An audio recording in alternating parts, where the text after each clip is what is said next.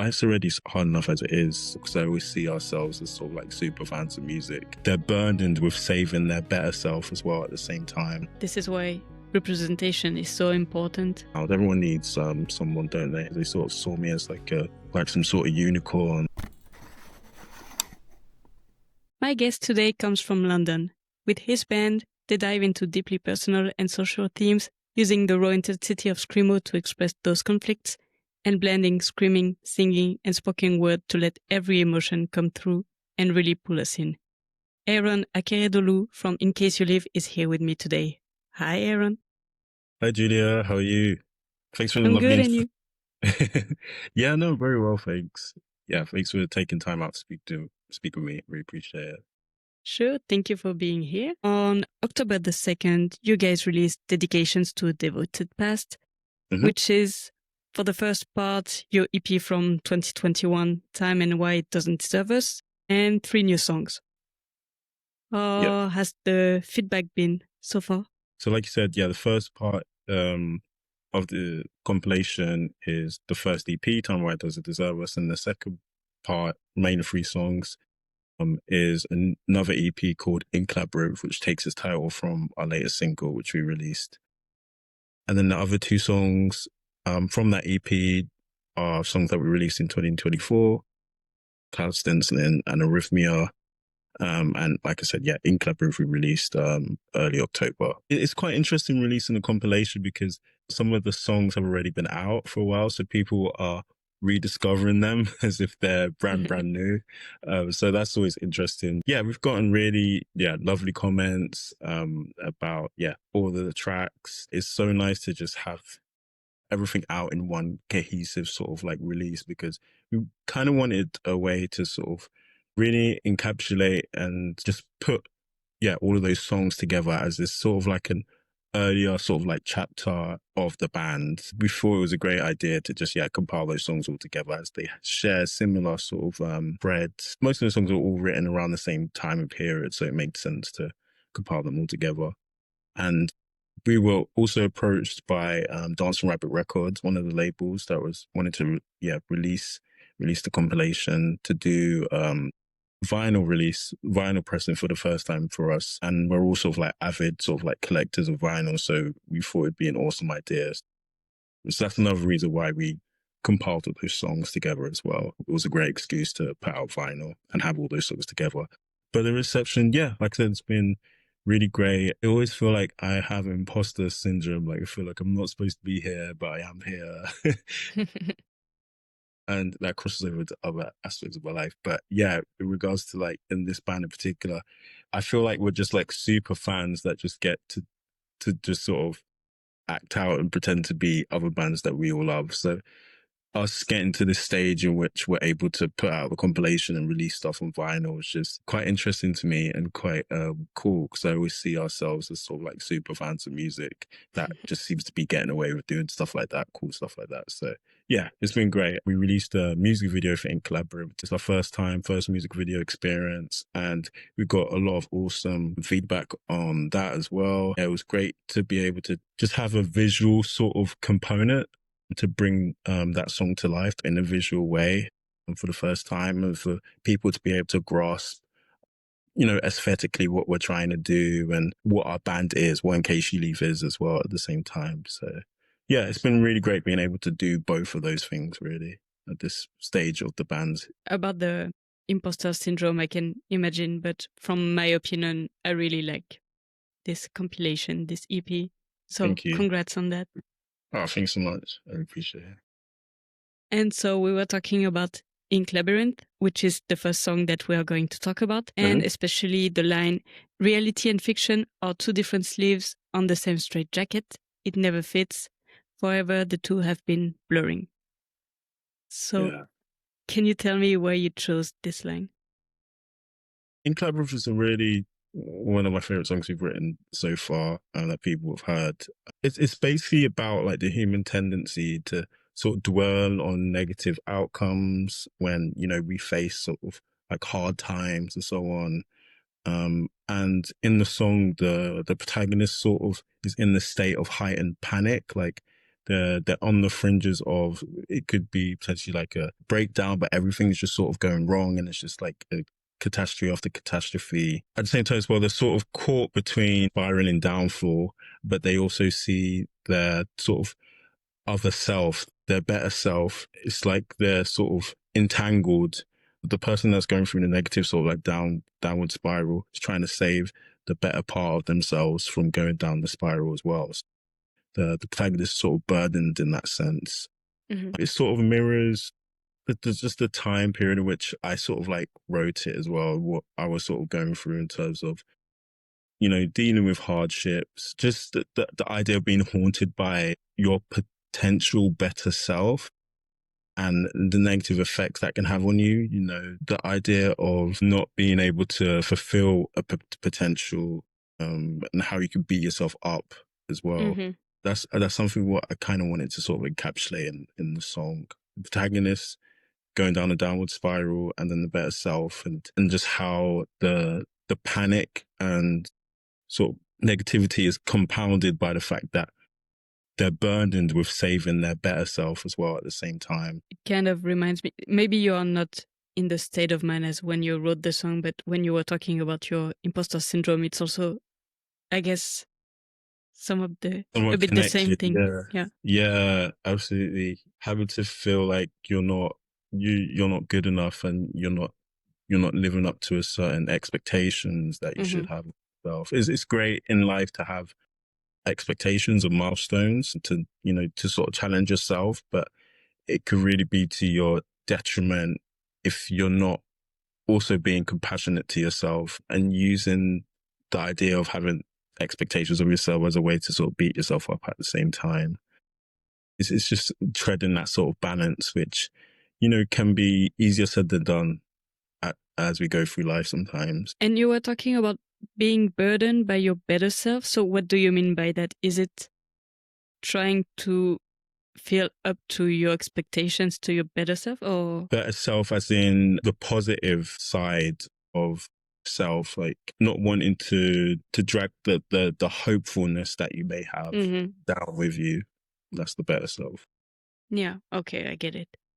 And yeah, I think this is something that we can basically all relate to some different levels. And the brain is sometimes a bit weird, because when you think about something, the brain has no idea of knowing if it's actually true or not. Just thinking about it, the brain sends you a signal that this is happening. And sometimes it's hard to take yourself out of your own head and to really take stock of what's reality and what's fiction.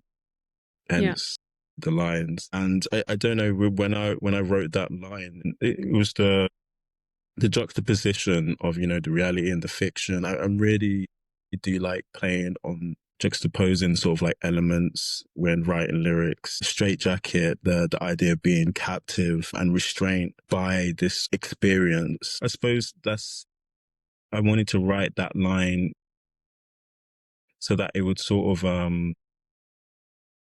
just illustrate the constant battle of being present and non-present when you are going through hardship, just generally. So when you say being present and non-present, do you mean like you were dissociating sometime, even from the situation? And absolutely, yeah, exactly. When you wrote this song, were you in those feelings, or were you reminiscing how you were feeling? I'd say I remember it vividly, actually. I was walking along around South Bank in London, around central London. I was just writing these ideas just on my phone. Usually when I'm writing lyrics, it's usually just sometimes just sort of like free form and like stream of consciousness, and just, yeah, I just let the words just sort of filter out of my head. And yeah, I suppose I was accessing just that feeling of sort of like inadequacy that I may have been like experienced at a time in regards to the situation. Then the guys had written the song, the instrumental of the song, and I sort of like trimmed certain parts. And when I came up with the melody, I also sort of molded it as well in regards to that. For the most part, what the lyrics have come to be is most of what I'd written down on that day. And I try not to think too much about where the verse will be, where the chorus will be, because I feel like that sort of stops the flow. And whenever I'm writing lyrics, I'm always this is a battle. I want to be conscious enough to get the words down. I don't want to be too conscious enough that I'm overthinking about the words I'm putting down. Does that make sense? Yeah. Yeah. So it's treading that balance, which can be hard. That's what makes writing lyrics quite interesting, writing songs. And so I was talking about dissociating, and when you talked about the line in the very beginning, you were talking about the protagonist, where actually, so you're talking about yourself. So Yeah. is it a way maybe that you're also just sometimes pulling yourself away from from the situation, looking at it from a different angle to maybe not feel it as much? So I'd say like the protagonist and then the other side, the better part of myself, are both sides. I suppose in the song, I'm more leaning on the side of the protagonist, so the person going through the hard times. I'm just constantly in a battle to try and save myself to be more positive and not go down that downward spiral of negative thinking, which makes the situation worse with someone. So yeah, that's how I'd sort of describe the positioning of the people in the song and how it relates to me. How do you try to get yourself out of that spiral? Oh, mindfulness. Meditation, taking stock and sort of slowing things down, taking breaks if things become too distorted, if there's a lot of noise in my head, doing a digital detox, taking a break from all sort of like devices, laptop, phones and so on, going for long walks, which is great, going for runs. I would usually, like I said, on those runs, I'd usually just end up writing. It may not necessarily be lyrics, any sort of like free form thoughts I've just sort of dropped down on my phone, so to speak. What else? Swimming is very relaxing. That really helps me too. Any sort of activities which allows me to sort of shift focus away from myself at times, but think about the wider world as well. So like when I'm walking, like I'm able to sort of switch focus on the wider world, literally, the nature, as cliche as it may sound, like, I'll take stock of, the sky, whatever's going on around me outside. I feel like that could be a nice distraction in the best way, for sure. And I'm able to sort of revisit things and scenarios with a clearer head. Yeah, I think it's a good mix because there is this aspect of trying to find distraction while going on walks, going swimming, as you said, but you also mentioned mindfulness and meditation, so where you really refocus on yourself, because I think it's good to have distractions from what you think, and I'm very good at those, but also really focus on yourself and facing emotions is something I'm very bad at. That it looks like you nailed it.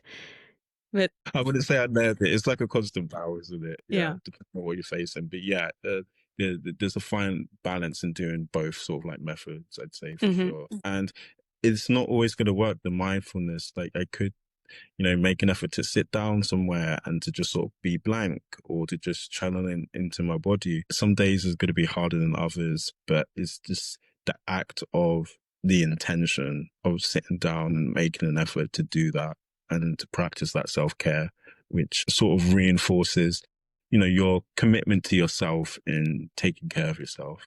So it counts. So yeah, I think that's what I just try to be mindful of.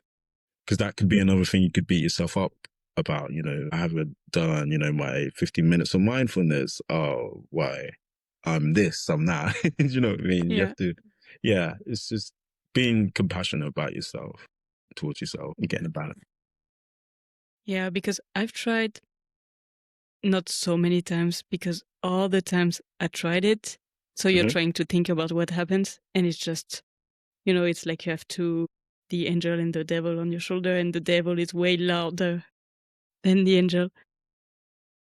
but I think it's also a practice. Sometimes you have to just know when's the right time to do it. If there's some situations happened and sometimes it's not best to do the mindfulness straight away. Sometimes another method may be more suitable at the time, and then to do the mindfulness after that. Like I said, distractions can be really good sometimes.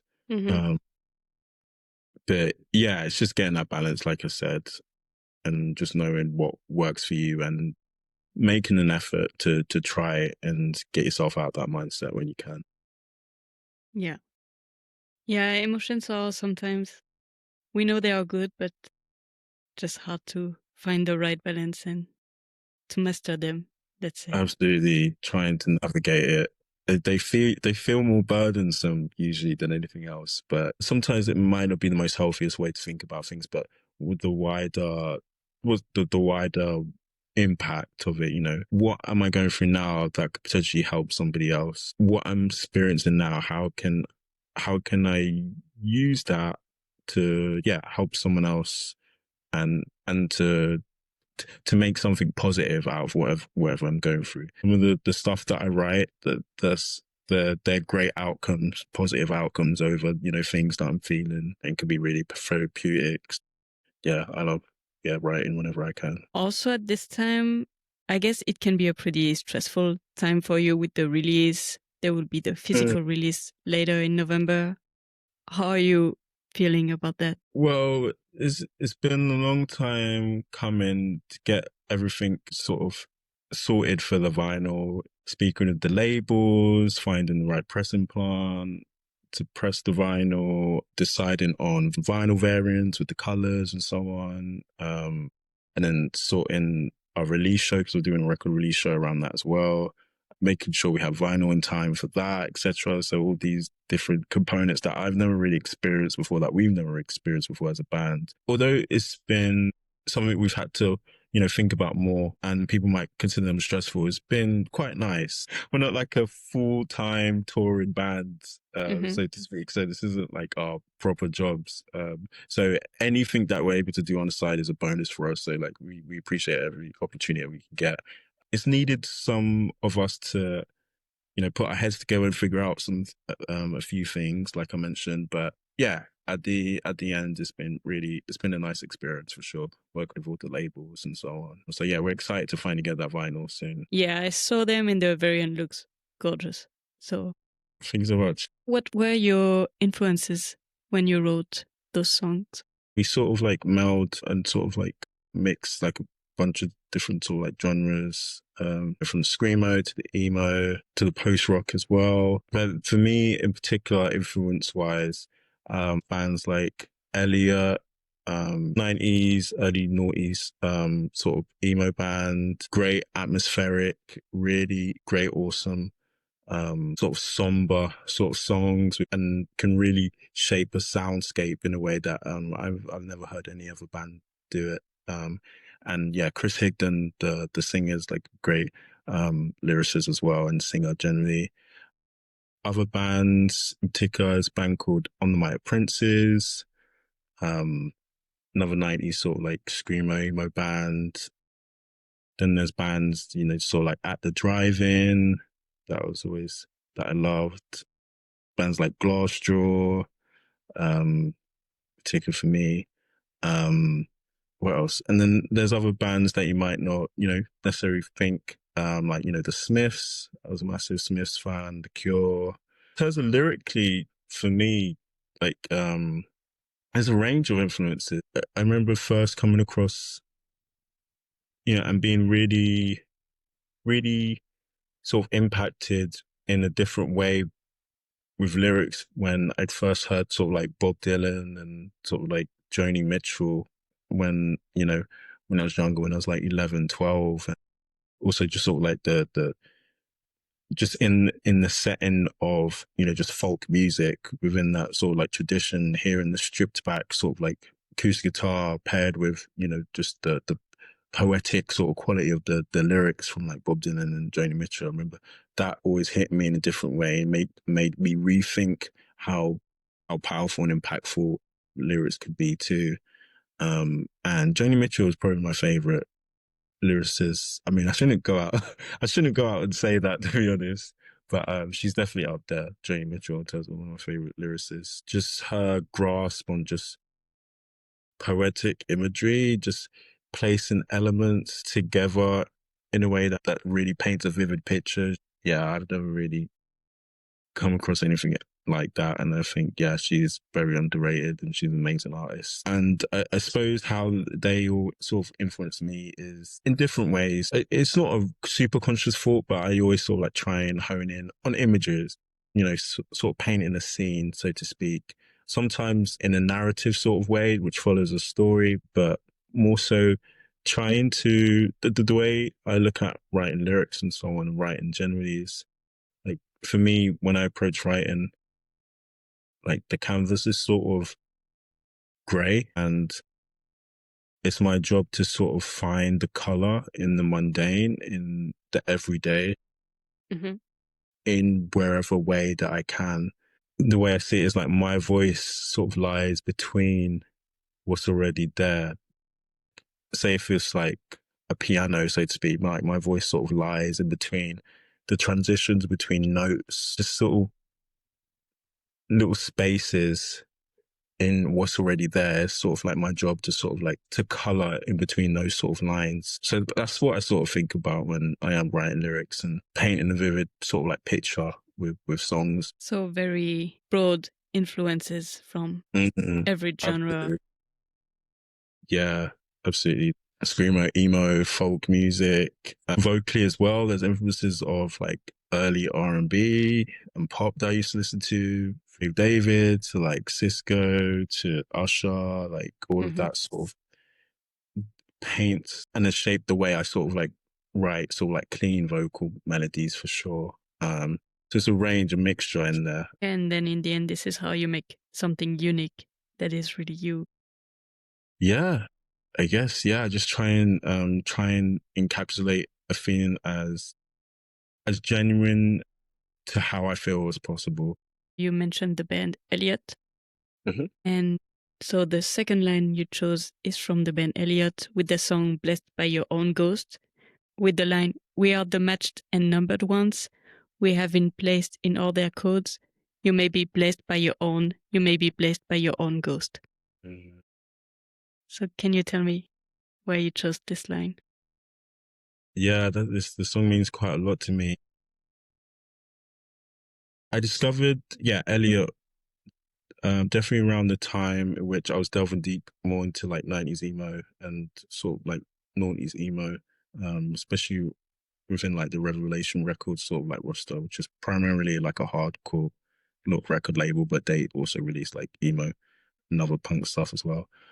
I think with this song in particular, to me, it speaks a lot to just sort of like the nature of like existing as a human and how we sort of try and navigate sort of like modern living, the typical route that's sort of set out to us for what could be considered in like a stable life, working a corporate job, getting the house, starting the typical nuclear family to exist as like another sort of, sort of statistic in life within that framework of sort of like living, so to speak. And so, yeah, to me, it also sort of speaks to just the innocence of life before we were sort of like exposed to that way of thinking, way of going about living too.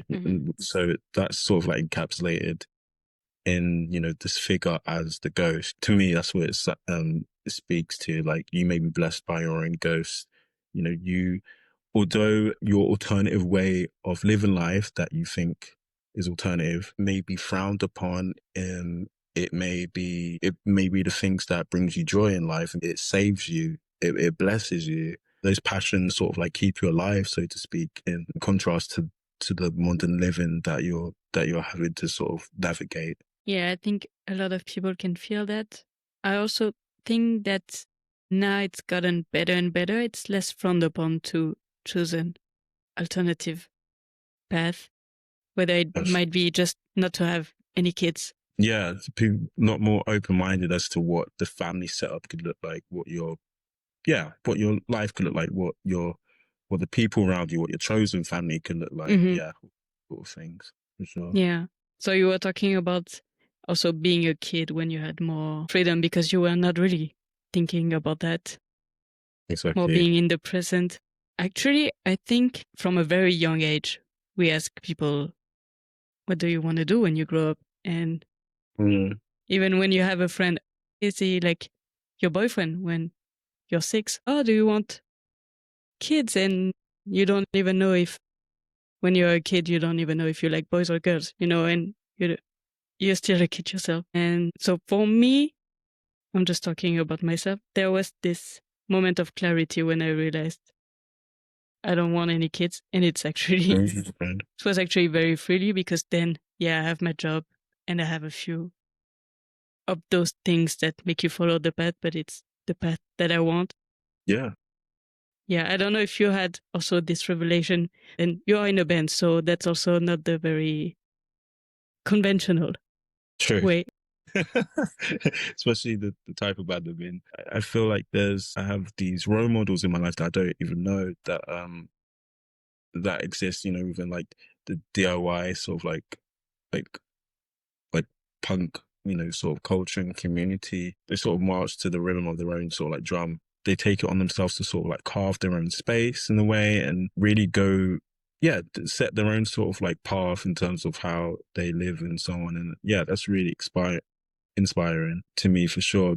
I had the revelation. It's interesting. We could really go deep here, but I suppose that revelation to me in particular, just speaking as a person of color within, sort of like alternative, music and just my experiences of growing up as a young person of color in alternative music in comparison to some of my peers and who look like me, who may not be, into like alternative music, rock music and DIY culture and so on.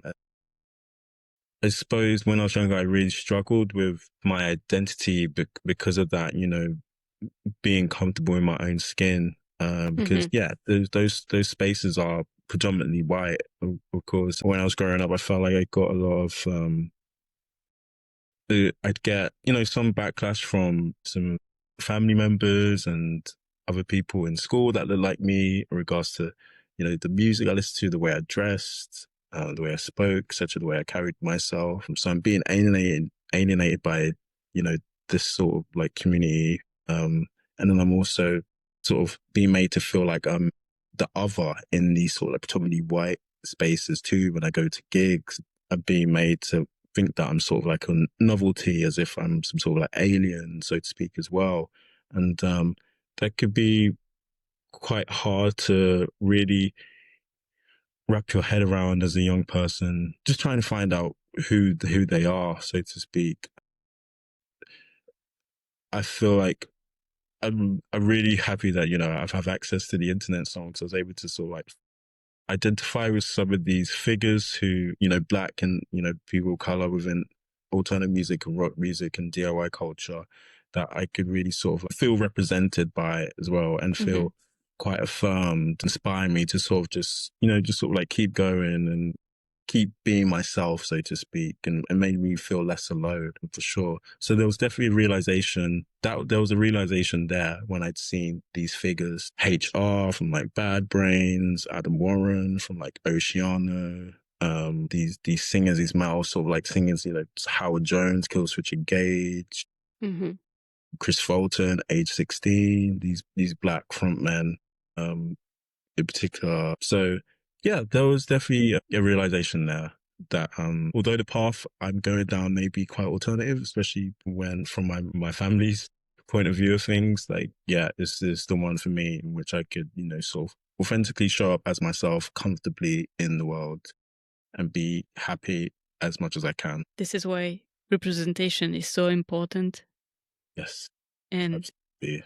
We hear mostly white men talking about that they don't care, but because they are represented everywhere and they don't see the issue. Absolutely. I feel like I'm so fortunate, like, that I was like 15 years ago, like it was hard to find people of color, like Black people in like in bands, they weren't as much anyway. Now there seems to be quite a lot, and not even just black and people of color in bands, just sort of like queer people as well. And like, yeah, the community seems to be a lot more diverse, which is great. And I feel so happy for young people growing up to feel represented by these people that they're able to see online too. There's a lot more spaces on the internet, and there's a lot more access to see these people as well, which is great. A bit more limited when I was younger, so to speak, because, social media wasn't as advanced as it is now. It's great to the complete difference to then and now. Mm-hmm. With regards to the representation from marginalized communities and bands now in telling music. And you being in a band and being visible on the internet, you are part of this representation, and maybe there is a small Aaron somewhere who is watching you, But yeah, it's also important to be part of that and to create that. I do take pride in that. Yeah, they could potentially be someone out there who feels a lot more comfortable in their own skin because they see me. Mm-hmm. For sure. We talked about the part when you're a child, when you don't really think about that. Mm-hmm. And we talked about the moment when you realized that maybe you can follow your own path. What happened in between? You talked about it a bit, that you really felt like you didn't really fit anywhere, like in gigs, for example. And so, can you walk me through a bit more about this time where you actually felt like you were one of the matched and numbered ones, that you had to follow the main path? The matched and numbered path to me was playing up and living up to the stereotype of what was told to me, being a young black sort of like male, in regards to, to some of my interests. I kind of struggled in the past about how I was being perceived by others because of the way I was, even though I was trying to be authentic to myself. I suppose that's the numbered sort of like path, really, the idea of living up to like the stereotype, being another stereotype, even though it sort of goes against how I am. I feel like as like a young black male, like you aren't just one particular thing. Like you don't have to play up to like a stereotype to feel like you have to fit in. Like you could be wherever you want to be, as long as, if you're being like sort of like true to yourself. Collaborate. It's our first music video experience, and we got a lot of awesome feedback on that as well. It was great to be able to just have a visual sort of component to bring that song to life in a visual way, and for the first time, and for people to be able to grasp aesthetically what we're trying to do and what our band is, what In Case You Leave is as well at the same time. So yeah, it's been really great being able to do both of those things really at this stage of the band. About the imposter syndrome, I can imagine, but from my opinion, I really like this compilation, this EP. So congrats on that. Oh, thanks so much. I appreciate it. And so we were talking about Ink Labyrinth, which is the first song that we are going to talk about, and especially the line, "Reality and fiction are two different sleeves on the same straight jacket. It never fits. Forever the two have been blurring." So Can you tell me why you chose this line? Ink Labyrinth is really one of my favorite songs we've written so far and that people have heard. It's basically about like the human tendency to sort of dwell on negative outcomes when, we face sort of like hard times and so on. And in the song, the protagonist sort of is in the state of heightened panic, like they're on the fringes of, it could be potentially like a breakdown, but everything's just sort of going wrong, and it's just like a catastrophe after catastrophe. At the same time as well, they're sort of caught between spiraling downfall, but they also see their sort of other self, their better self. It's like they're sort of entangled. The person that's going through the negative sort of like downward spiral is trying to save the better part of themselves from going down the spiral as well. So the protagonist is sort of burdened in that sense. It sort of mirrors there's just the time period in which I sort of like wrote it as well, what I was sort of going through in terms of, dealing with hardships, just the idea of being haunted by your potential better self. and the negative effects that can have on you. You know, the idea of not being able to fulfill a potential, and how you can beat yourself up as well. Mm-hmm. That's something what I kind of wanted to sort of encapsulate in the song. The protagonist going down a downward spiral, and then the better self, and just how the panic and sort of negativity is compounded by the fact that of opportunities to go to gigs, to very underground gigs with small bands. Oh, I'm just thinking, yeah, to an extent, I feel like around when I was 15, maybe 14, 15, there was a lot more sort of like emo sort of like shows, you know, in basements and smaller sort of shows for those sort of bands that I was aware of for sure, which was great. It really sort of made me understand that, you know, playing music, could be a possibility for me. Like I could get together with a group of people and we could write songs and we could play music, so on. And it was already around that time which I was really, you know, delving deep into, you know, underground emo and really loving that genre too. There's a screamo, in particular. There were a few bands around the time when I was younger, 15, 16. And then when I joined In Case You Leave around 2019, this is a little bit after that, after I started going to shows, those underground DIY sort of like emo shows. There was a few London screamo bands, but there weren't too many. And then COVID happened. So we'd started 2019 and COVID happened 2020 to around like 2022. So everything was quite like shut down, of course. And then like these new sort of like London screamo emo bands sort of like popped up of like, you know, young people and people our age as well too, just starting new bands. London is blooming with like different sort of like screamo and emo bands at the moment, which is really awesome. There's so many bands right now, and yeah, it's really cool because there's always a show going on that you can go to. So yeah, it's quite cool to see.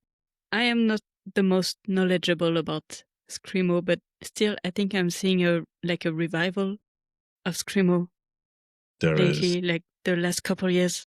For sure. Yeah. In the last 2 years, it's popped off.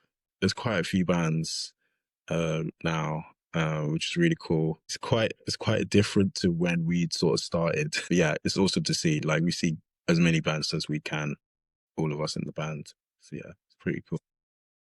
But yeah, it's true that when I think of screamo bands, a lot of them are from the US. And in Europe, I actually think of France and Italy, and not England, and not the UK. Interesting. Yeah, there's more popping up. They're a lot more underground, but I'm sure you'll be hearing about them more similar in the next few years. But yeah, screamo from like in Europe in particular was definitely a massive influence for our band. Bands like La Quiete, Rain, these Italian sort of like screamo bands, Shizune, Ditro, from France. All sorts of bands sort of like shaped a sort of like cleaner sort of sound in regards to screamo, like a cleaner guitar lines and so on. That sort of definitely influenced, a lot more melodically led as well, and a bit more atmospheric, slightly post-rocky. That's definitely influenced our band for sure. So yeah, those are big influences to us collectively as a band. Yeah, I can hear that. Well, thank you very much, Aaron. That was a very nice conversation. I really enjoyed it. Oh, thank you. Yeah, it was lovely speaking to you. Like I don't get to speak to many people about lyrics, writing lyrics, and just that practice in general of writing. It seems like quite a solitary sort of like practice that you do alone, especially for me. And like, it seems quite personal because it's quite like emotionally sort of like led as well.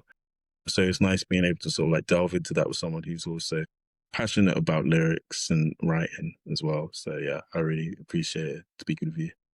Thank you for letting us in. Now, what's next for In Case You Leave? We've got vinyl coming out of the compilation, dedications to the Devoted Past. That's been released by various labels such as Dancing Rabbit Records in Germany, Friendly Otter Records in the US, Best Life Records in the UK, Remorse Records in France, Desperate Infant Records in China too. All these labels are sort of working together to help and sort of like fund the vinyl of the compilation, which we're really excited to see because, yeah, like I said, we're all avid fans of, the physical format and collect vinyl and so on. So it's quite surreal and it feels like we're a proper band. Maybe we are. You are, yeah.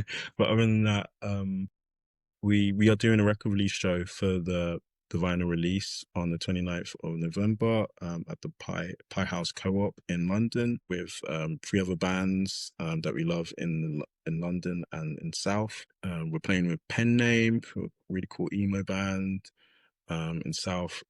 Render, which is a new sort of like screamo sort of and sort of like emo core sort of like bands in South as well.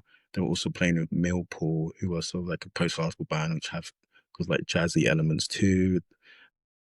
Yeah, we're really excited about that, and that release show is going to be sort of like a celebration of the life of the band so far. We're going to be celebrating the earlier, playing all those songs, and yeah, it's going to be a nice way to sort of like connect with people who like our music, and yeah, just have a good time really. So that's going to be on Saturday, 29th of November. If anyone's around, like London and so on, they should come out to it for sure. Thank you very much, Aaron. Hey, thank you, Julia. Yeah, it's nice speaking to you. So for everyone listening, go check In Case You Leave wherever you listen to music. If you love beautiful vinyls, you can also pre-order their vinyl. Meanwhile, you can follow me on Instagram at Into the Cave Cupboard. Follow, subscribe, comment, whatever helps. And I will talk to you again next week with a new guest. And meanwhile, be kind to yourself. Bye.